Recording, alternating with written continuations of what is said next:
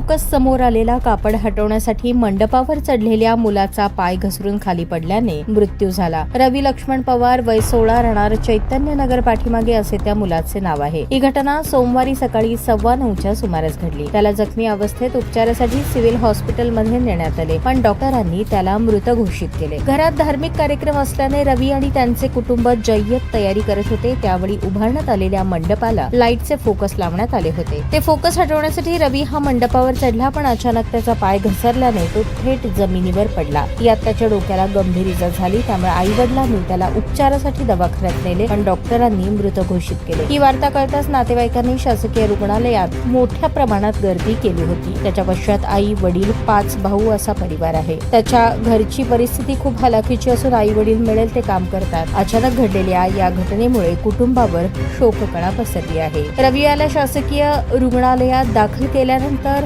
त्याला मृत घोषित केले, याची नोंद झाली, पण शवविच्छेदन न करता मृतदेह ताब्यात द्या अशी भूमिका नातेवाईकांनी घेतली होती। यामुळे खूप उशिरापर्यंत हॉस्पिटलमध्ये तणाव निर्माण झाला। घटनेची माहिती मिळताच सदर बाजार पोलीस ठाण्याचे वरिष्ठ पोलीस निरीक्षक नामदेव बंडगर, विजापूर नाक्याचे सहाय्यक पोलीस निरीक्षक मोहन पवार आणि पथक घटनास्थळी दाखल झाले। त्यानंतर गटनेते नरेंद्र काळे यांनी ही घटनास्थळी भेट देऊन नातेवाईकांची समजूत काढली। त्यानंतर मृतदेह शवविच्छेदनासाठी पाठवण्यात आला।